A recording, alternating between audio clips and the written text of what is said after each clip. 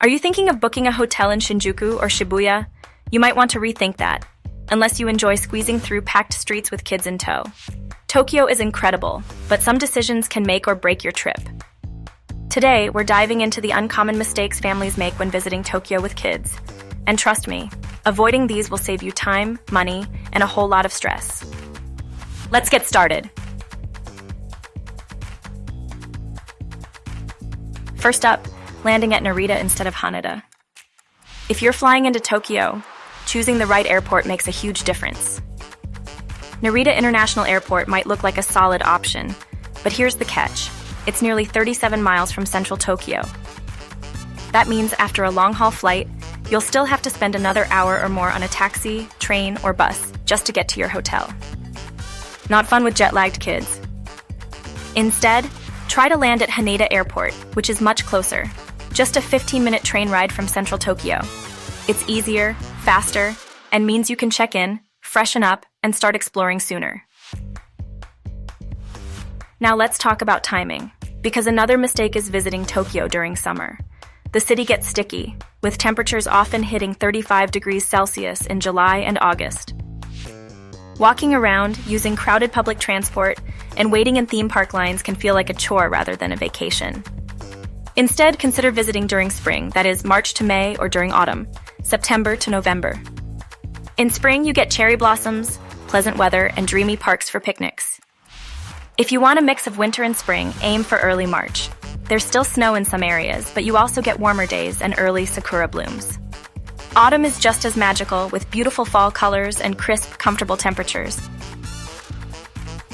Another mistake is taking the wrong taxis. If you plan on using taxis, make sure they have a jungle green license plate. These are licensed and metered. White-plated taxis are often unlicensed and overpriced. Always check before hopping in. Staying in Shinjuku or Shibuya is another overlooked mistake, especially if you can't stand crowds and prefer some quietness. Shinjuku and Shibuya are iconic, but staying in them? Not the best idea with kids. They're packed with people, loud, and can feel overwhelming, especially if you're dealing with stroller traffic. Instead, consider staying in Minato. It's quieter, but still super central. You're only a short train ride away from major areas like Shinjuku, Shibuya, Ginza, and Asakusa. Plus, hotels tend to be more spacious and family-friendly. While we're on the topic of navigation, here's something that catches a lot of travelers off guard: ignoring Google Maps exit instructions. Tokyo train stations are massive. Some have over 100 exits. If Google Maps tells you to take exit 3A, take exit 3A. Otherwise, you could end up 10 minutes away from where you need to be, which, let's be real, feels like forever when you've got tired kids in tow. Overpacking and bringing huge suitcases is another huge mistake parents make. Tokyo hotels are tiny. If you bring oversized luggage, you might struggle to fit it in your room, or even just open it. Plus, dragging big suitcases through busy train stations? Not fun. Instead, pack light and take advantage of laundromats, which are open late. If you plan to shop, bring a foldable duffel bag. Use it for clothes on your return trip and leave room in your suitcase for souvenirs. Speaking of souvenirs, if your child loves nice stationery or cute socks, Tokyo will be your heaven. Stock up.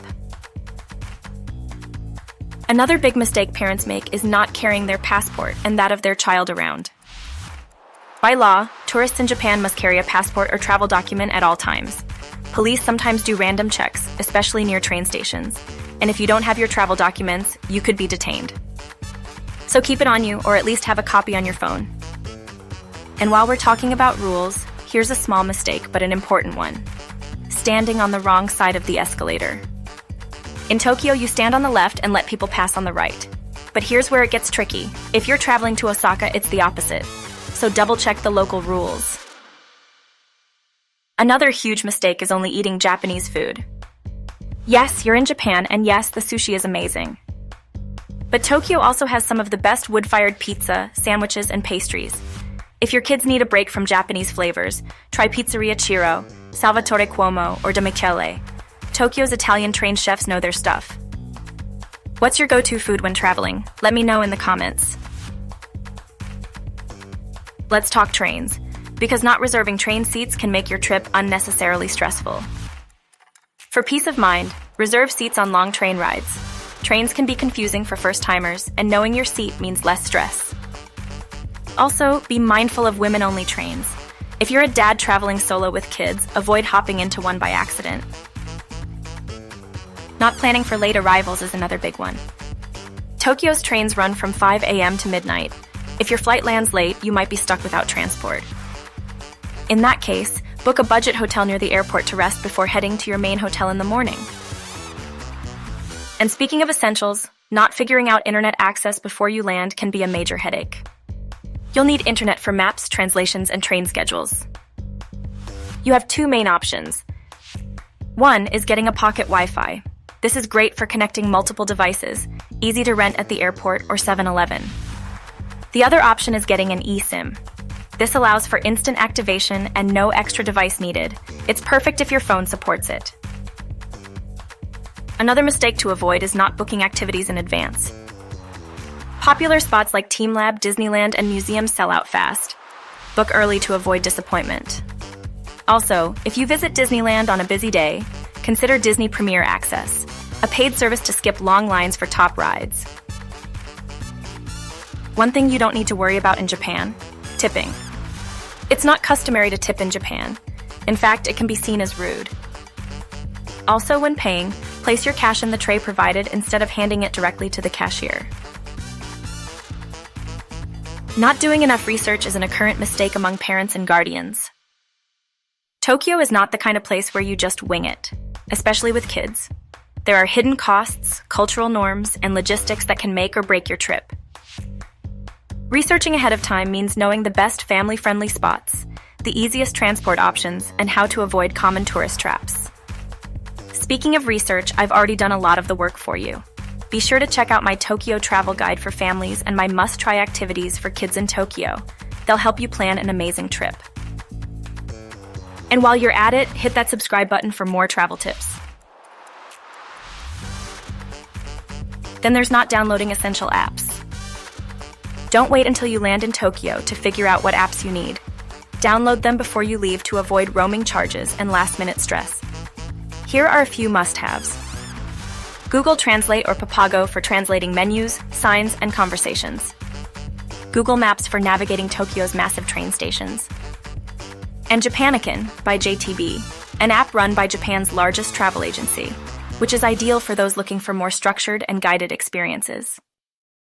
These will make your trip so much easier, especially when traveling with kids. Number 18, not using luggage delivery services. Dragging heavy suitcases between hotels, not necessary. Luggage delivery services are a lifesaver in Japan. Most hotels offer this service, allowing you to send your bags ahead while you travel hands-free. Just keep in mind that delivery can take 1 to 2 days, so plan accordingly. Not dressing modestly or wearing the wrong shoes is also common among tourists, and especially adults. Tokyo is stylish but conservative. Tight leggings, gym wear, or revealing outfits might get you some stares. Instead, opt for comfortable, modest clothing.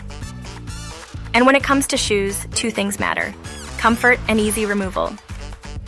You'll walk a lot, so bring well-cushioned shoes. Also, in Japan, you often need to take off your shoes in temples, traditional restaurants, changing rooms, and even hotel rooms. Avoid shoes with complicated laces or buckles. And finally, the biggest mistake is trying to do too much. This part cannot be overstated. I get it. Japan has so much to see, but changing cities means changing hotels, walking to and from train stations, and carrying luggage around. And all that just consumes so much time, energy, and mental load.